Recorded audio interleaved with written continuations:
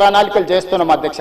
వీటన్నిటికీ అంచనాలు లేకుంటే టెండర్లు ఇచ్చి కాంట్రాక్టర్ల దగ్గర నుంచి మేము కమిషన్లు కొట్టదలుచుకోలేదు అధ్యక్ష. సంవత్సరంన్నర నుంచి నిరంతరం పనిచేస్తే ఇప్పుడు ఒక కొలిక్కి వచ్చినాయి. ఇంకొక సంవత్సరం పడుతుంది మొత్తం డీటెయిల్ ప్రాజెక్టు రిపోర్ట్ తయారు కావడానికి. 5 సంవత్సరాల కోసం కన్సల్టెంట్ కంపెనీని పెట్టుకున్నాం అధ్యక్ష. 5 సంవత్సరాలు ప్రాజెక్టు డిజైన్లు ఇవ్వడమే కాకుండా అంచనాలు వేయడమే కాకుండా నిర్మాణంలో కూడా వాళ్ళ సహకారం ఉండాలని చెప్పి ఈరోజు అంతర్జాతీయ స్థాయి కంపెనీలను తీసుకొచ్చి మనం పెట్టుకున్నాం అధ్యక్ష. నేను అందుకే డిపిఆర్ వచ్చిన తర్వాత బడ్జెట్ సెషన్లో మీ అందరికీ డీటెయిల్ ప్రాజెక్టు రిపోర్ట్ హౌస్లో ప్రజెంట్ చేస్తా అధ్యక్ష. మీ అందరి సూచనలు తీసుకుంటా, మీ అందరి సలహాలు తీసుకుంటా. నాకు ఇందులో సీక్రెట్ ఏం లేదు అధ్యక్ష.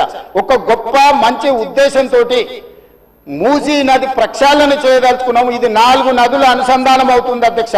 మూసా నది, ఈసా నది, గోదావరి నది, కృష్ణా నది, 4 నదుల అనుసంధానము జరగగలిగిన ఏకైక అవకాశం తెలంగాణ రాష్ట్రంలో ఉన్నది.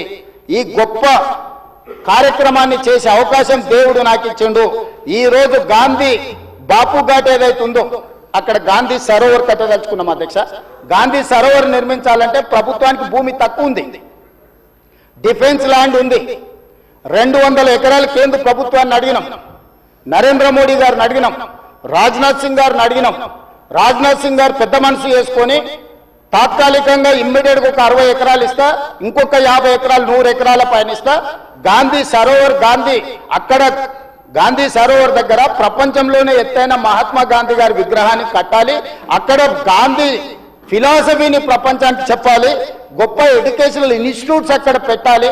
ప్రజలకు జ్ఞానాన్ని, పిల్లలకు విజ్ఞానాన్ని ఇవ్వాలని ఈరోజు మేము ప్రయత్నం చేస్తున్నాం. కేంద్ర ప్రభుత్వం కూడా పార్టీలకు వ్యతిరేకంగా, పార్టీలకు భిన్నంగా ఉన్న రాజ్నాథ్ సింగ్ గారు ఒక పెద్ద మనిషి ముందుకొచ్చి బ్రహ్మాండంగా ఉన్నది గాంధీ సరోవర్ కట్టుండని ప్రాథమికంగా 55 ఎకరాల భూమిని తెలంగాణకు బదలాయించడానికి ఒప్పుకుంటాం. మేము 200 అడిగినాం, మేము 100కు వస్తాం. మిగతా 50 ఎకరాలు కూడా ఇవ్వండి అని అడిగితే మనం కలిస్తే ఇప్పుడు కమిటీని పంపించింది అధ్యక్ష. డిఫెన్స్ సెక్రటరీలు అందరూ వచ్చి ఫీల్డ్ ఇన్స్పెక్షన్ చేసి ప్రాథమికంగా ఇది బ్రహ్మాండమైన ప్రాజెక్టు, మీకు ఆ భూమి కూడా ఇస్తామని కేంద్ర ప్రభుత్వం ముందుకు వచ్చింది అధ్యక్ష.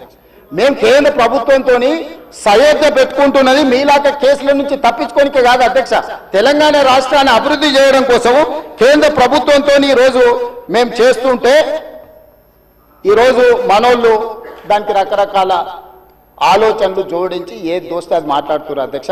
అందుకే దయచేసి సభ్యులకు ఏం అనుమానాలు ఉన్నా నాకేం అభ్యంతరం లేదు. నేను గతంలో ఇది నిర్మాణం చేయాలనుకున్నప్పుడు గ్రేటర్ హైదరాబాద్ పరిధిలో ఉండే ఎమ్మెల్యేలందరినీ సౌత్ కొరియా చూడడానికి రెవెన్యూ మినిస్టర్ శ్రీనివాస్ రెడ్డి గారి నేతృత్వంలో కార్పొరేటర్లను, మేయర్ని, డిప్యూటీ మేయర్ని, ఆఫీసర్లని, శాసనసభ్యులను అందరినీ పొమ్మన్నాం. మొదట్లో పాపం శాసనసభ్యులు అందరూ రానికే సిద్ధమయ్యారు. ఇక ఏమైందో కడుపులో విషయం ఉన్న వాళ్ళు ఏం విషయం చెప్పినరో ఇక వద్దులే అన్న మేము రాము అని వాళ్ళు ఇచ్చేసారు. నేను ఇప్పుడు కూడా చెప్తున్నా, ఎమ్మెల్యేలందరికీ నా సూచన, ముఖ్యంగా గ్రేటర్ హైదరాబాద్ పరిధిలో ఔటర్ రింగ్ రోడ్ ఇన్సైడ్ ఉన్న ప్రతి ఎమ్మెల్యేకి నా సూచన, మీరు వెళ్ళి చూడండి, మీ అనుభవాన్ని మాకు పంచండి, మీ కాన్స్టిట్యున్సీలలో మీకు ఏం కావాలో చెప్పండి. మాకు ఇట్లనే చేయాలి, అట్లనే చేయాలి, దీన్ని చెడగొట్టాలని లేదు, చాలా మంచిగా చేయాలనే ఆలోచన ఉన్నది మాకు. అటు ప్రకాష్ గౌడ్ గారు కావచ్చు, ఎంఐఎం ఎమ్మెల్యేలు కావచ్చు, లేకపోతే కాలేరు వెంకటేష్ గారు కావచ్చు, లేకపోతే లక్ష్మారెడ్డి గారు కావచ్చు, ఆ కిందికి వెళ్తే ఎల్బీ నగర్ సుధీర్ రెడ్డి గారు కావచ్చు, లేకపోతే సబితా ఇంద్రారెడ్డి గారు మహేశ్వరం కాన్స్టిట్యున్సీ కూడా కొంత పార్ట్ అందులోకి వస్తుంది. మీరందరూ విదేశీ పర్యటనకు వెళ్ళండి, ప్రభుత్వమే ఖర్చులు భరిస్తుంది, పర్యటన చేయండి.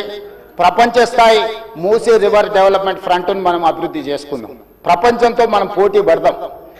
ఆ అభివృద్ధి కార్యక్రమంలో పేదలకు ఎవరికైతే ఇబ్బంది కలుగుతుందో ఆ పేదలకు ఏ విధంగా న్యాయం చేద్దామో మీరు చెప్పండి. వాళ్ళకు పెద్ద కాలనీ కట్టిద్దామా, నాకేం అభ్యంతరం లేదు, ప్రభుత్వ నిధులతోనే కడుతున్నాం కదా. మీ ఆస్తి ఏమో అమ్ముతలేనే, నా ఆస్తి కూడా అమ్ముతలేనే, ప్రజలు కట్టిన పన్నుల నుంచి ఆ పేదలకు మంచి మంచి ఇల్లు కట్టిద్దాం, మంచి స్కూళ్ళు కట్టిద్దాం, మంచి హాస్పిటల్ కట్టిద్దాం, ఉద్యోగ ఉపాధి అవకాశాలు కల్పిద్దాం, స్కిల్ వాళ్ళకి ట్రైనింగ్ ఇద్దాం. ఆ ట్రైనింగ్ ఇచ్చిన తర్వాత పరిశ్రమలలో వాళ్ళకి ఉద్యోగాలు కల్పించి ఏర్పాటు చేద్దాం. ఒకవేళ ఆ ప్రాంతం నుంచి తరలిపోవడానికి వాళ్ళకి ఇబ్బంది ఉంటే మలక్పేట ఎమ్మెల్యే గారు చెప్పారు, भैया यहाँ से उतना दूर जाना है तो हमारे लोग नहीं जाएंगे, अगल बगल में कुछ जगह देके उन लोगों को घर बना के दो। मलकपेट एमएलए कुछ सुझाव दिए, हम लोग वहीं पर जगह ढूंढ रहे, 4 एकड़ 5 एकड़ लेके 10-12 मंजिल बनाए तो वहां को वहीं रहेंगे, वहीं एक अच्छा छोटा स्कूल बनाएंगे, वहीं हॉस्पिटल बना देंगे, दवाखाना बना देंगे, जो जो गरीब लोगों को कम कर सकते हैं सब कुछ कर देंगे। हम कोई किसी जेब से निकाल के उसमें नहीं डाल रहा है। तो हैदराबाद शहर को हम अच्छा बनाने के लिए हम लोग कोशिश कर रहे हैं। अकबर साहब, इसमें आपका भी you have a better experience, you know better than me. Why? Because you have seen entire world and you have worked with Rajshekar Reddy garu. You have suggested Charminar pedestrian thing, other things you have suggested many times. You have expressed your interest on this development. So government is having open mind. We don't have any objection, we don't have any other agenda, hidden agenda. We don't have any hidden agenda. We wanted to develop, we wanted to improve our infrastructure. So, I would request all my members, please suggest our government. Government is there to accept your suggestions. మేము మంచి పని చేయడానికి నిర్ణయించుకున్నాము, మీ సూచనలు సలహాలు ఇవ్వండి. DPR ready అయిన తర్వాత ముఖ్యమంత్రి కార్యాలయంలోనే అందరు ఎమ్మెల్యేలను పిలిచి, ఫ్లోర్ లీడర్లను పిలిచి పవర్ పాయింట్ ప్రజెంటేషన్ పెడతాను. మీరు చూడండి, మీరు సూచన ఇవ్వండి. మన నగరాన్ని మనమే అభివృద్ధి చేసుకోవాలి. గాంధీ సరోవర్లో ప్రపంచంలో ఎత్తైన మహాత్మా గాంధీ విగ్రహాన్ని పెట్టుకొని, మహాత్మా గాంధీ గారు ఇచ్చిన స్ఫూర్తి, శాంతి ద్వారానే యుద్ధాన్ని గెలవచ్చు, శాంతి ద్వారానే యుద్ధాన్ని గెలవచ్చు, స్వతంత్రం తెచ్చుకోవచ్చు అని ప్రపంచానికి నేర్పిన గొప్ప పోరాట యోధుడు మహాత్మా గాంధీ గారు. వారి స్ఫూర్తితోనే ఈరోజు మనం గాంధీ సరోవర్ నిర్మించుకుంటున్నాము. వారి స్ఫూర్తితోనే ఈరోజు నల్గొండ జిల్లా ప్రజలకు శిక్ష, నగర ప్రజల నుంచి ఈ ప్రాంతం నుంచి పోయే కలుషితము నల్గొండ ప్రజలకు తీరని శిక్షగా మారింది. ఆ ప్రజల్ని కూడా కాపాడాల్సిన బాధ్యత మన మీద ఉన్నది అధ్యక్ష. సంస్కృతిని కాపాడుకోవడం, నీళ్లను పరిరక్షించడం, ప్రక్షాళన చేయడం, అభివృద్ధి చేయడం, అభివృద్ధిలో భాగంగా పెట్టుబడులను ఆకర్షించడము, ఇవన్నీ కూడా ప్రభుత్వం చేపట్టే కార్యక్రమాలలో ఉన్నాయి. వీటి వివరాలు అన్నిటిని కూడా సభకు చెప్తా. ఇంకేమన్నా కావాలన్నా కూడా నాకు అభ్యంతరం లేదు, వివరాలు చెప్తా. నా సూచన ఒకటే, ఈ కడుపులో విషయాన్ని కొంచెం తగ్గించుకోండి. ఒకవేళ మందు లేకపోతే వికారాబాద్లో ఎట్లా తెలుసు కదా, వికారాబాద్ కా హవా लाखों का विकाराबाद हवा, मरीजों का दवा. ये मरीज लोगों को ले जाके विकाराबाद में शरीक करवा दो अध्यक्ष साहब. एक 10-10 दिन वहां ले जाके वहां बांध के रखो, सुधर जाएंगे लोग. नहीं है तो नहीं सुधरने वाले, पेट भर पूरा भर गए.